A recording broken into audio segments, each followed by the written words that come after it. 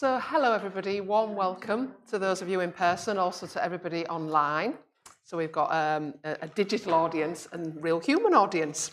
So welcome to the Bronte Festival of Women's Writing, which this year's theme is Web of Childhood. And today we're going to hear a really fascinating talk from Rachel Dodds. So I'm just going to tell you a little bit about Rachel, a little bit about the talk, and then I'm going to move out the way and hand over, and I can't wait to hear all about it. So Rachel Dodds is a Senior Creative Associate at 7 Stories, the National Centre for Children's Books, which is a registered charity, Arts Council accredited museum and visitor centre in the heart of Newcastle upon Tyne. They champion the importance of reading and its lifelong benefits for children and young people through bespoke educational programmes and national archives that celebrate over 100 years of children's literature. Rachel works across the northeast of England supporting teachers, educators and students in how best to approach storytelling, reading for pleasure, and how to make books as accessible as possible. Through her years of working within the education sector, Rachel has built on her knowledge of storytelling, creating an inclusive approach that is both practical and fun. Today, Rachel will be delving into the archives of the National Centre for Children's Books. She'll explore the significant role that women have played over the last century in shaping an inspiring and creative platform for future generations of writers and illustrators. This fascinating collection of work will include Leela Berg, a pioneer representing working class families, Sita Brakmashari, oh, I'm so glad I said that right, who writes heartfelt stories of local and environmental justice, and Judith Kerr, who I love, who overcame a story through Europe to find a new home. So let's welcome Rachel, and afterwards there will be a chance to ask some questions. Thank you. Thanks, Louise. And thank you for inviting me here. It's such a privilege to come from Newcastle and share what we do at 7 Stories. So, 7 Stories. Wow, what a place to work. What a inspiring, exciting movement we have in Newcastle. For those that don't know, 7 Stories has a wonderful visitor centre built around collections all to do with children's literature. Could the dream get any better? Well, yes, it could, because we want to make us as accessible as possible, not just for the North East, but nationally. But hang on. You don't know the story from the beginning, do you? Okay, let me start.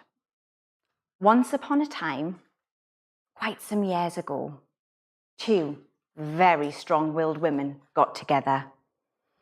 And they realised that our literary history, our heritage, was disappearing, being bought by fans from around the world. America, Japan, China. All of these treasures were leaving Britain.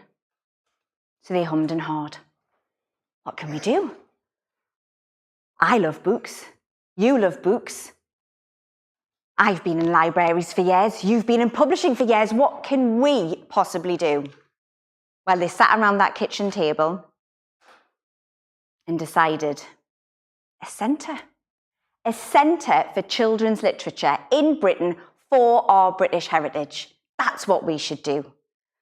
So Elizabeth Hamill and Mary Biggs put £10 in a saving account and started 7 Stories as we know it. But where do you begin? How do you begin to build a centre for children's literature? You need a collection. You need an archive of work to support it. So that's what they did. And the first archive that came in 1996, just as they started their furore into the world of museums, was the Kay Webb collection. Now, Kay Webb was a special, special lady. She joined Puffin Publishing as the children's editor. Now, at that time, children's literature just starting to get interesting. There was well-known titles available, all in hardback, not very accessible. Kay decided she wanted to change that, and through Puffin, that's exactly what she did. When she first started in 1961, Puffin had 51 titles available for children. In 10 years, Kay had amassed 1,213 titles in paperback, readily available for children. She was a big, huge character. She was loved by illustrators and authors because she understood the power of stories in children's literature. She understood the joy a child could get from a book. She pioneered illustrated front covers. Can you imagine being in that classroom and for the first time having land at your desk, Charlie and the Chocolate Factory, Roald Dahl, 1967. All of those books came through the hands of Kay Webb. She was a pioneer in the industry, and her collection sits at 7 Stories for everybody to see. But she wasn't just a publicist. She wasn't just a writer. She was a journalist. And in 1960, the UN invited her and her then husband to tour the refugee camps of Europe to see what it was really like to be displaced as a child. Those papers sit with us in the collection. This is Elizabeth and Mary here. I'll move out the way of this camera. This is our wonderful visitor centre building at the Ousburn Valley, a 100-year-old mill, derelict, challenging, but inspirational. And here we are, just as we opened, with our magical boat, the story of the Ousburn running past us. And here are the press cuttings from Kay Webb's collection. Now, the UN knew there was an issue for refugees at that point. It's a very topical conversation moment also as we go through a lot of the things in the world today. But Kay and her husband travelled all of those places to make sure that representation was seen through the eyes of children, which was the first time that had ever happened across any sort of UN-inspired papers. So the significance of her work is felt across today to make sure that throughout all papers, representation is key for children. This beautiful letter was from Jill Murray to Kay. This was just as Kay had gone through some challenging times health-wise, and she's wrote a beautiful, beautiful letter with this rather gorgeous illustration inspired by the worst witch. Dear Kay, can't bear to think of you being so glum. Hope this nauseatingly cheery letter makes you smile. Love from Jill. Kay was a huge character in the industry. Lots of illustrators and authors flocked to her because of her big personality and her drive. She is one of the women who shaped publishing for writers moving forward for children's writing. We are then going to move on. I'll just check my notes. So the next acquisition that was made by 7 Stories was a year later, and she was connected to Kay in so many ways. Anybody seen this image before? No? Yeah. So this is Faith Jack's drawing of Augustus Gloop from Charlie and the Chocolate Factory, the very first edition of Roald Dahl's book. So it looks very, very different now. It's got very different illustrations. But Faith was the first one to illustrate it. Now, Faith was another pioneer in the industry. She was a pioneer because she fought for the rights of writers and illustrators. You nearly didn't get to see this. There's only about 3 of these left out of the 48 images that were originally created by Faith. They went missing. The publisher lost them. Every single one of them. This one didn't make the book, and that's why we've got it. But she realised then that we needed to value what illustrators did, and she fought tirelessly, along with Kay, for the rights of illustrators and writers to make sure that their work was always cared for and looked after. Which is ironic, because this was actually taken off a skip. When she passed away, they cleared her house, and it all went in the skip. And it was a passerby who found it and thought, that looks something special. And took all of the letters and all of the correspondence through publishers, journalists, everyone she'd written to and campaigned with, out of that bin and saved it. And that's why we've got it. Faith Jacks, a significant woman in the industry who fought for the rights of everybody.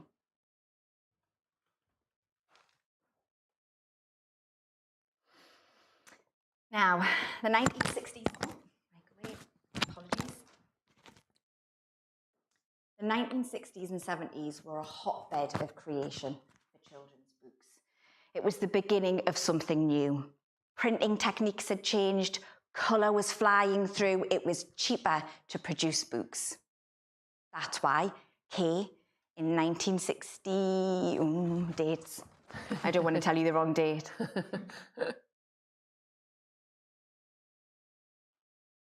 Make sure I've got it right. 1967 started the Puffin Club.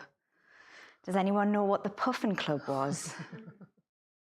Will you remember? I was a member. In fact, some of my books still have this book date that you could continue books. Amazing. And I still have my badge. You still have your badge? I still have the Puffin badge, yes. I may have to have a conversation with you about donating that, because that would be amazing. I'll speak to you afterwards. So the Puffin Club by Kay made books accessible for the masses. It brought down the cost. It was all paperback. She was adamant that children should have access to books and that it shouldn't just be the middle classes that had that. At its height, 200,000 subscribers to the Puffin Club. Can you imagine? That was revolutionary. That had never happened before. Other publishers soon caught on. Kay lost some of her big hitting titles. The Chronicles of Narnia went elsewhere. She was disappointed. But she chose to chase newer titles, newer authors. Stig of the Dump. Who's read Stig of the Dump? Groundbreaking in its time. Not really widely appreciated by the publishers of the time, but Kay saw that Clive King had something, and that book became one of the biggest selling books of the 60s and 70s. That's why Kay was important in the Puffin Club. So then we moved to the 60s and 70s, a little bit further down the line. Kay wanted access, representation, amazing.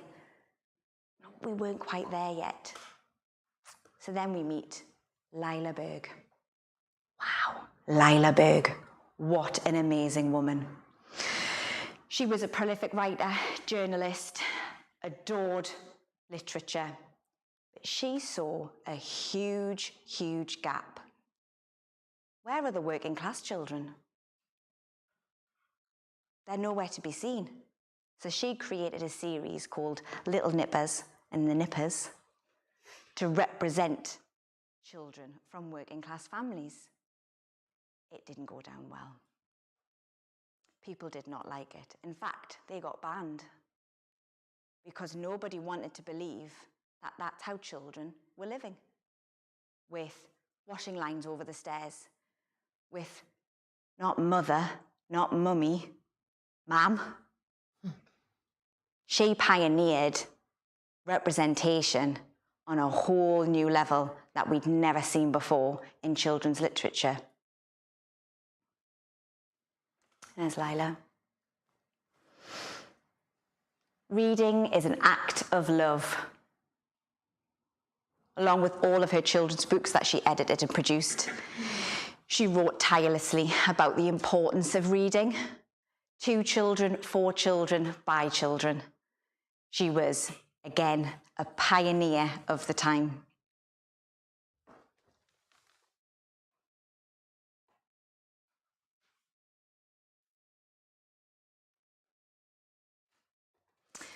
So gradually, attitudes did begin to change, representation became more apparent, but not for everybody.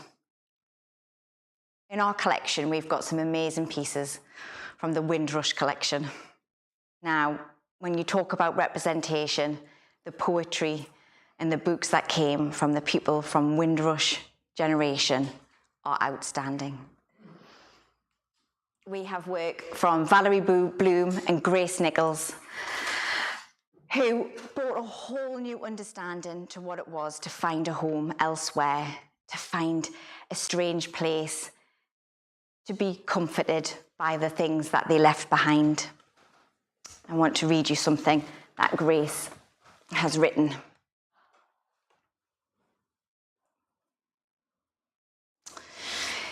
This is from an extract from her novel, Surprising Joy. It is an honest reflection of what the Windrush generation experienced as they arrived in England, like freezing temperatures, what she called cold sunshine. I was a little cold in the airport, but not as cold as when I was in the plane. I still had my jacket on. I saw the sun shining outside and I couldn't wait to get out and warm myself in the sunshine.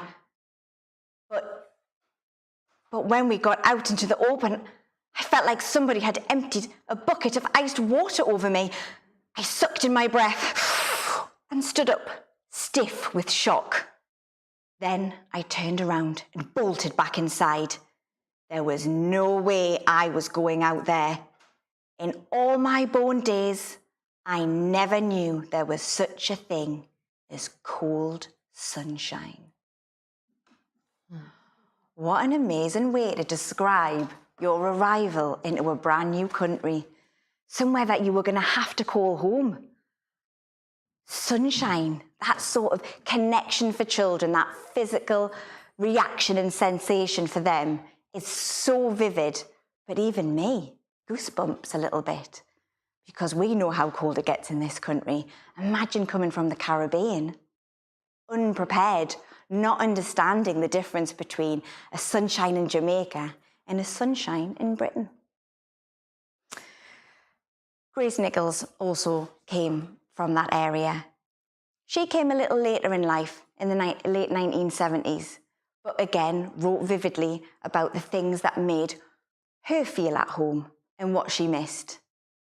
That was huge representation of this time, to be able to see yourself in those books, but not just see yourself, but understand some of the cultural things that came along with that.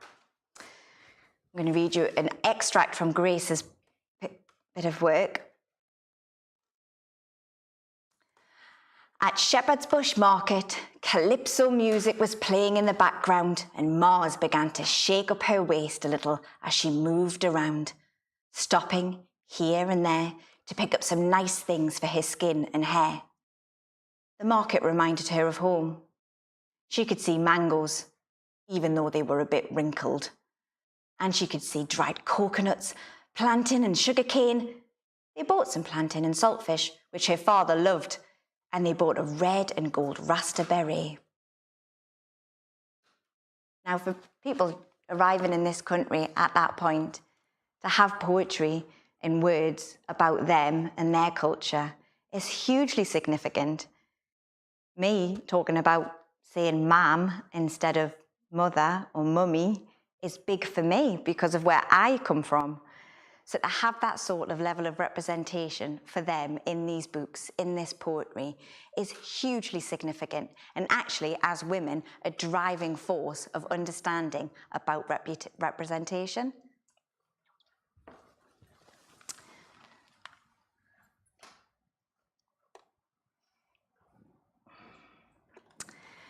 But then we jump to a whole new world, an other world.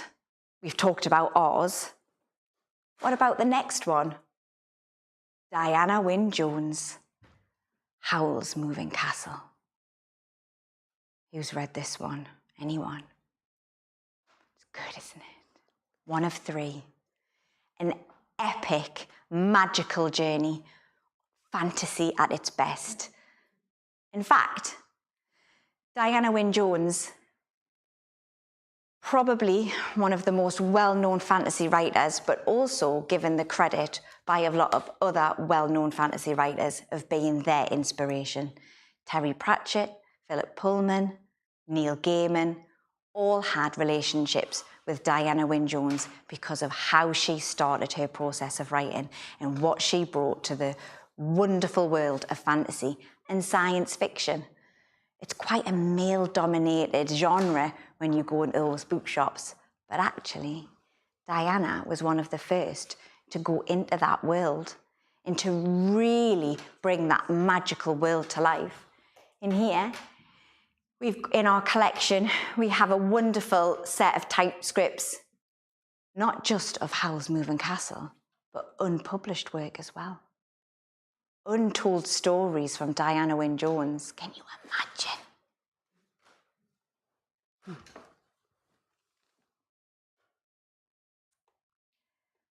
But then it's back to our world, I suppose, because we're living in a different world now.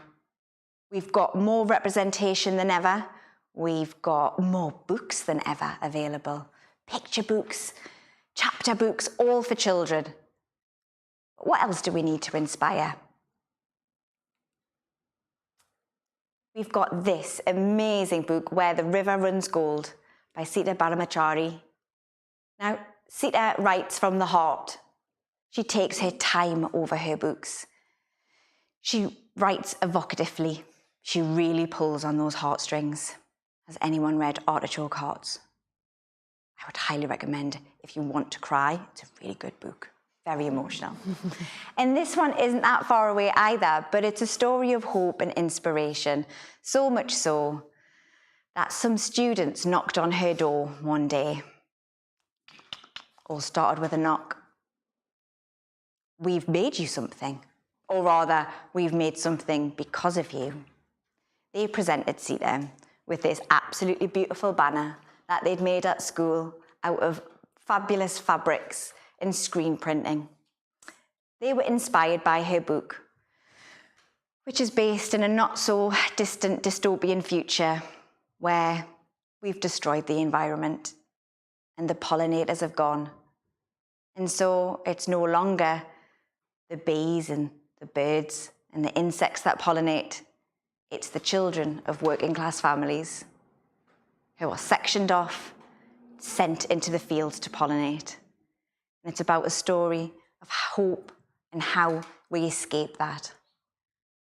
Those girls who made this banner read that book and were inspired by that one line in the book. Dare, dream, believe, imagine.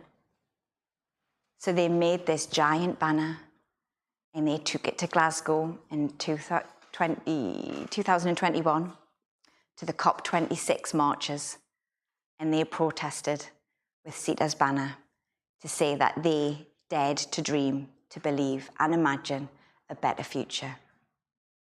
Because that's what children's literature can also do. It can make you feel at home, it can take you to another world, it can make you feel seen, but it can inspire you to make change. And that is the history of children's literature throughout 7 Stories. All of those things that have happened in our history have inspired change. We also have some amazing classics in the collection. I couldn't not talk about them. The famous 5, Enid Blyton. We've got the second biggest collection of Enid Blyton's work in the country. It is a huge body of a collection, but actually she wrote over 400 titles, and it all came off the top of her head. Just like that. In fact, this little piece here is the original typescript. I'm not sure if you can read the writing at the bottom, so I'll read what it says. This is what Enid says about her work. I do not write my books by hand, but type them straight out of my head. You will see the corrections I have made before sending the book to the publisher. Now we've got her typewriter, which is so fun. So there's lots of people, when I say people, children, who don't know what a typewriter is. So it's so fun to see grandparents say, oh, I used to have one of them. And then being, what is it? This archaic piece of, no. So it's a really, really interesting way to, again, explore how writers write. Enid typed, and she loved a red pen. All of her spelling mistakes, all of the grammar, it's all circled in red.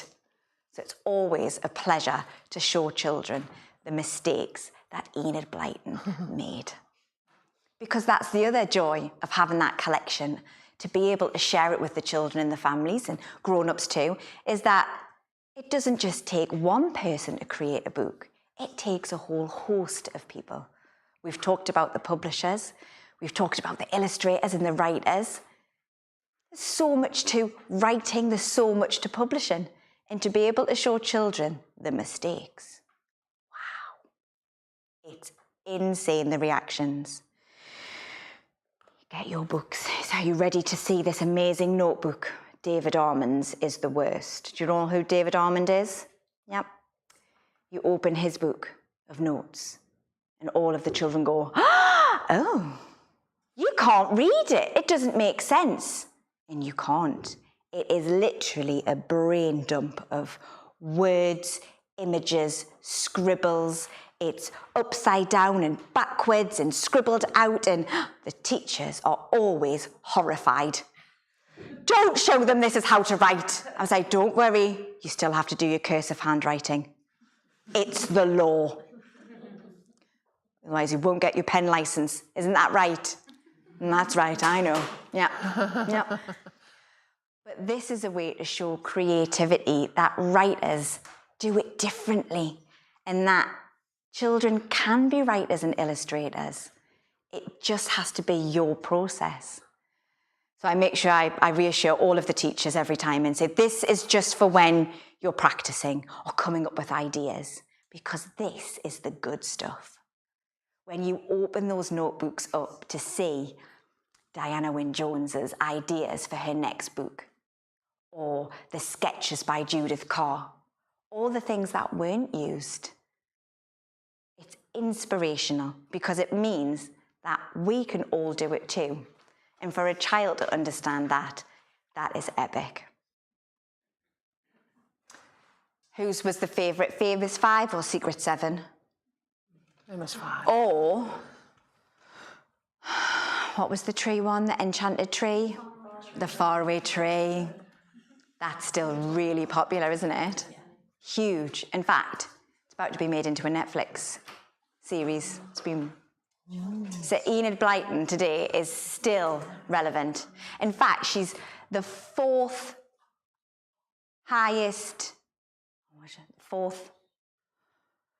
William Shakespeare, Agatha Christie, Jules Verne, Enid Blyton for the books that have been transcribed into different languages the most. She's the 4th in the world. That's pretty impressive. What a pioneer. A pioneer with a really interesting daily diary. I would highly recommend coming to visit 7 Stories. She writes everything in a diary. But it's just her life, so you can see how she lives. It's one of the most fascinating parts of the collection is her diaries. I would highly recommend it. And I couldn't go without talking about the tiger, because he's iconic, isn't he, the tiger? Look at that. So, before Judith passed away, she came to 7 Stories with a bit of a mission. She wanted to make sure that her collection of work was available for children, and so she chose 7 Stories to house it. So we now officially have Judith's work in our collection. We're very proud of it, It is beautiful to look at, but actually it's a fascinating story of a life of adventure and quite scary when you're a grown-up looking at it, but from her perspective. So who's read When Hitler Stole Pink Rabbit? So autobiographical about her family and their escape from Berlin. She was 10 years old when they left and went to Switzerland. They stayed in Switzerland for some time before it got too dangerous. And then they moved to Paris and then on to London, where they settled and lived for the rest of their lives. But when you read When Hitler Stole Pink Rabbit, it's not a sad story. It's an adventure. And that's how she wanted to write it, from a child's perspective. There are moments in that book when you're a grown-up reading it, it's challenging. But from her perspective, she was more bothered about the fact that she can't make friends because she doesn't speak French well enough. That's what she was upset about the most. And then the amazing illustrations that she did for that book in ink are absolutely stunning. But we've also got pictures that she drew when she was a child. Her mum rolled them all up and kept them safe. So we've got pictures that she drew while she was in Germany, while she was in Switzerland, and then moving forward. She was an extraordinary woman who also studied at London's Fine Art School and was a textile designer. She had many, many talents. She never thought she was going to be a children's writer. It was never part of the plan. But that was her son and daughter, loved the stories that she told and would beg her every night to tell the one about the tiger. Until she got thinking, maybe I should do something with this tiger. And so she went, after dropping the kids off at school every day, she went to London Zoo to draw the tigers. And the sketches are beautiful when you see them, because they're actual tigers, not like the tiger that ended up in the book. So she practiced all of those hours drawing tigers. The detail behind it was amazing. But then, because of the time, perhaps, it got stylized into the tiger we see here. And you can see some of the sketches. So she used everyday objects in her home to inspire her, including that yellow kitchen. Now, that yellow kitchen, when she passed away, was ripped out of her house and put in a skip.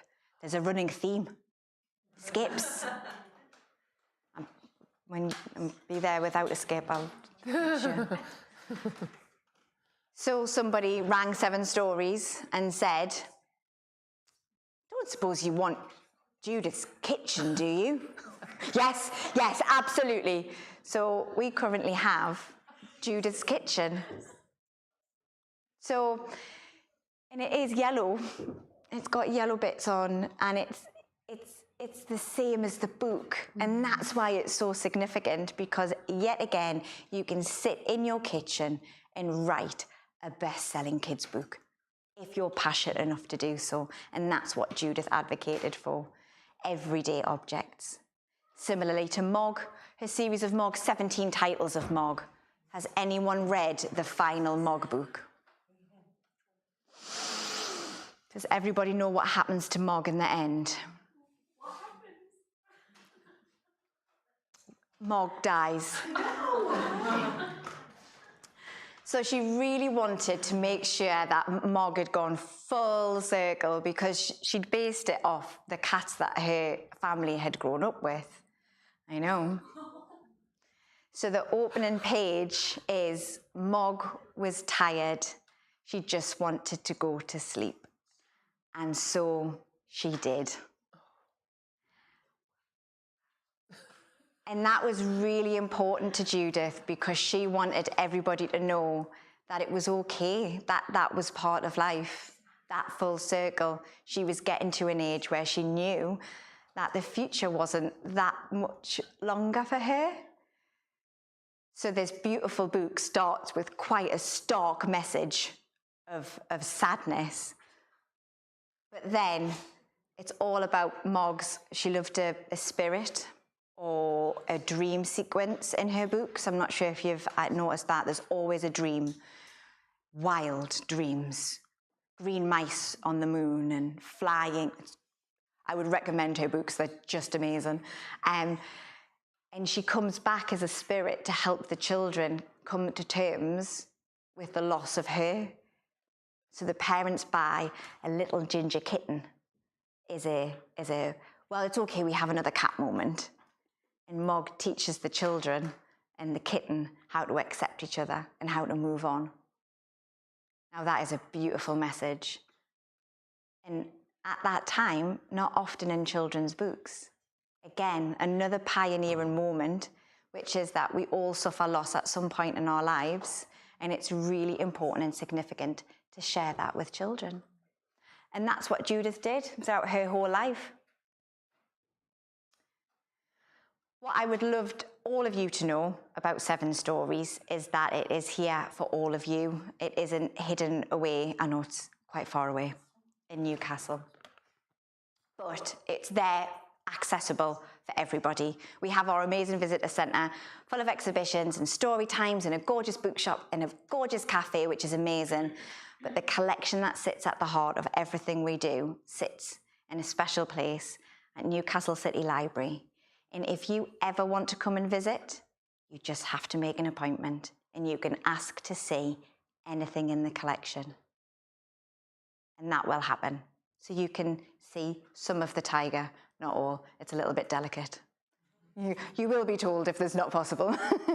But that's an amazing opportunity for everybody to have a hands-on experience with some of our literary history.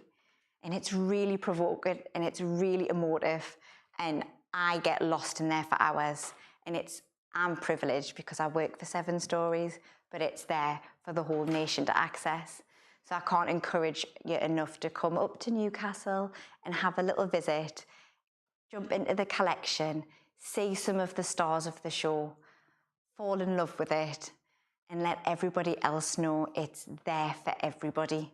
I think that's what's important. It's about accessibility for us to make sure that we keep it safe for future generations, continue to collect diverse new names, new titles, illustrators, publishers. We want all of that kept safe for future generations, but there's no point in hiding it in boxes where nobody can see it. So please come and visit us. It would be an absolute delight to see you all. Spread the word. Children's literature is for everybody.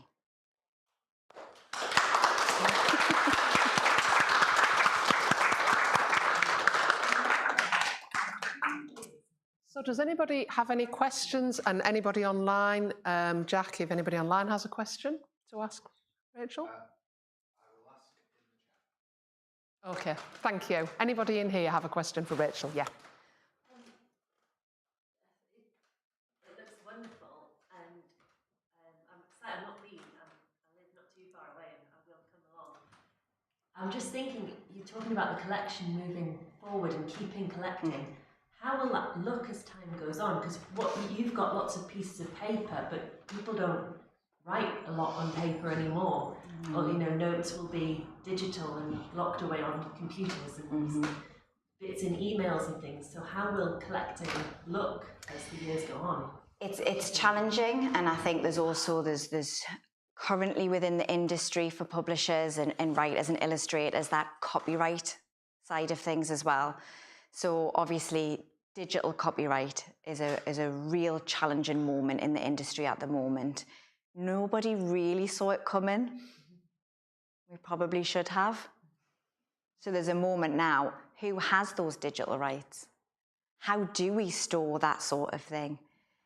It's an ongoing question. We have got elements of digital work already where some illustrators have created on using iPads and computers and things, and they've literally just given us the printouts of what they have and a USB. So potentially that could be the future of how we store future generations of literature. It's a challenging one. Really, really challenging. It's harder to find as Well, I mean, obviously the things that were in skips are hard to find, but you've got, if everything's on a hard drive somewhere, it's hard. Well, it's all the correspondence that we have as well. We have so many fan letters. We have letters between different authors. We have letters to publishers. Some of them are quite shocking. So I'm going to sue you. It's one of those ones, page turners. It's like there's some really interesting, exciting things in that, but it's on paper. So I'm not sure how the collection will look in 10, 20 years, because I don't know if we'll have that. I don't know if we will have the access that this collection currently sits with, which is anything and everything. Personal diaries, correspondence, real challenging things in there as well. That will probably disappear, which is sad. But maybe that's a bit of a movement. I always say to the children, young aspiring writers and illustrators, don't throw that sketch away. Don't throw that idea away. John Agard was a great example. We've got envelopes with ideas, tiny little scrapbooks of all the just random things he's written down. But it's trying to get into that habit of making sure you're keeping that. Well, not everybody thinks like that. But I would say, if there's any budding illustrators and writers out there, keep everything, because it is worth it, because the process is worth it. The work that you have put into it is worth everybody else seeing. It's inspiring. It changes people's lives. It really, really does. I do think post-it notes might Post-it notes. Yes. On the whiteboard, On the plotting. Yes. Could be something. Keep your post-it notes, please. I think there was another question up there. Did you have your hand up earlier? No? Change my... Anybody else got a question? Anyone online? Okay. I want to know, Rachel, what drew you to doing this kind of work? Why children's stories? I struggled as a child to learn to read and write. It took me a long time, probably I was age 8 before I managed to read a sentence out loud for the first time. But I loved stories. I loved listening to stories. Picture books took me to a place I couldn't believe. That was my drive. Picture books and stories, but I struggled to read and write. And that stayed with us for a very long time throughout your school career. When you're 8 and you can't write a sentence or your full name or know the alphabet, it makes things really, really challenging. So throughout my life, I've been creatively involved with things as an artist, and I went into education. Because I saw a need for children to support, and to be honest, I didn't want children to be in my situation, which was maybe overlooked because I wasn't seen as able, but actually I just learned a different way to everybody else, and it just took me a little bit longer, and that's okay. So I went into early years education, because early years is where it's at. Because you can meld those little minds and they are amazed by everything, and everything is magic, and stories are their lives. Like, it is insane what you can do and inspire when you've got 3-year-olds in front of you. Like, you are like, what are we doing today? And they are like, stories, and you're like, yeah. So if you can get them excited at that age, you've got to hope that that continues through their life, not just in school, but obviously that's a big point of early years education. And then my daughter got really unwell at the age of 14, and I had to leave work, which was devastating. And I cared for her for quite a while. And then I decided I was going a bit mad and wanted to get back to work. And 7 Stories happened to be looking for storytellers. So if your daughter hadn't been ill and you hadn't come out of work, then you maybe wouldn't have ended up on that path. No. And so that was my introduction to 7 Stories. I'd sort of I live in the area. I'm not that far, 20 miles up the road. I'd heard of it, didn't think it was really for me because of my reading background. I'll be honest. I was like, no, no, thank you. My daughter went when she was younger, but I didn't take her because didn't feel comfortable. So when I went for my interview and I had to sit in front of 20 other people and read out loud, I was like, okay, they're all 3-year-olds, remember that? And I read them a Spike Milligan poem. That was my daughter's favourite when she was growing up. And the rest is history. I joined at a time of revolution for 7 stories. We went free entry for the first time in our history. We've changed a lot. We've listened a lot. We're becoming more and more accessible. And I'd like to think I'm one of the driving forces for that change, because every child deserves to have access to a book. And there's some really not very nice statistics out there for the northeast of England. 1 in 5 children don't have a book of their own. And that progressively gets worse as soon as you have that pupil premium entry model for schools. So there's some real challenges in the northeast, but not just the northeast. It's across the country. But I will say one thing. One of the nicer statistics that we have is that we are second in the country for the want to read. So if they want, well, here I come. And 7 stories. I've got a feeling I know the answer as to why it's called 7 stories. But go on, why is it? Well, we do have 7 floors in the building. Okay. So that is an obvious one.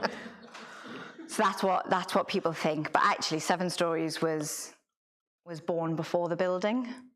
So 7 stories is based off the concept that there are only 7 plots in the whole world. I thought it was that. Yeah. Yeah. It's a fascinating concept. It's a mind-bogglingly good concept. Yeah. And that's what my workshop's going to be on tomorrow, everybody, if you would care to join. I'm going to do a workshop on the 7 plots. And we're going to choose your own plot and create your own story depending on what the plot is. But who knows what the plots are? Does anybody know what those 7 plots are? Gosh, I've got to remember them now.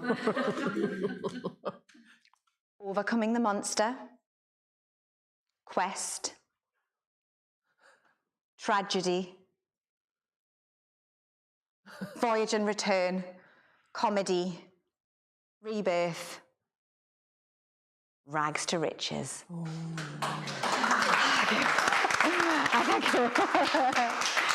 And what time is your talk tomorrow, in case people do want to come? 11:30 till 12:30. It's all crafty. We've got lots of pencils, loads of paper. We're going to make our own stories based off those 7 plots. Fantastic. Has anybody now got any questions inspired by all of that?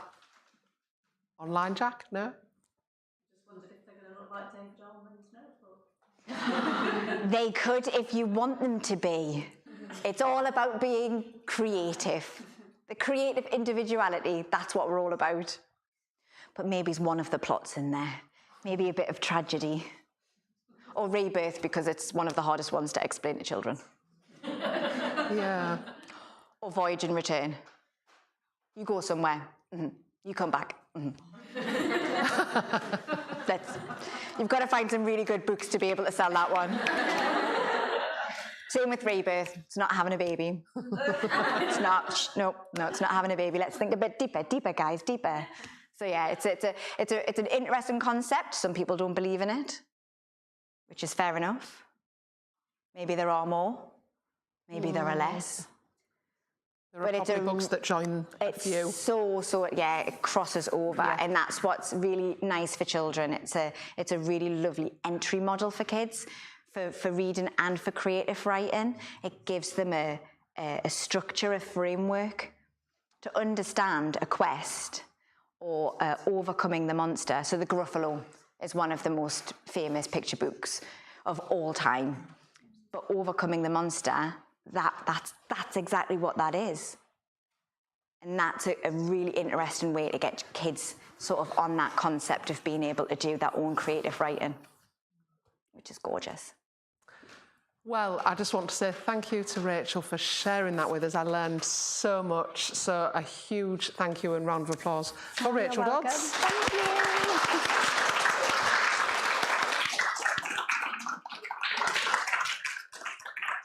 So there's a half-hour break, and then if you want to come back, Lucy Mangum will be talking about Bookworm, which is a gorgeous memoir about childhood reading. There's a lot of crossover between your talk and her book. So if you want to come back for that in half an hour. Thank you, everybody. Oh, that was wonderful.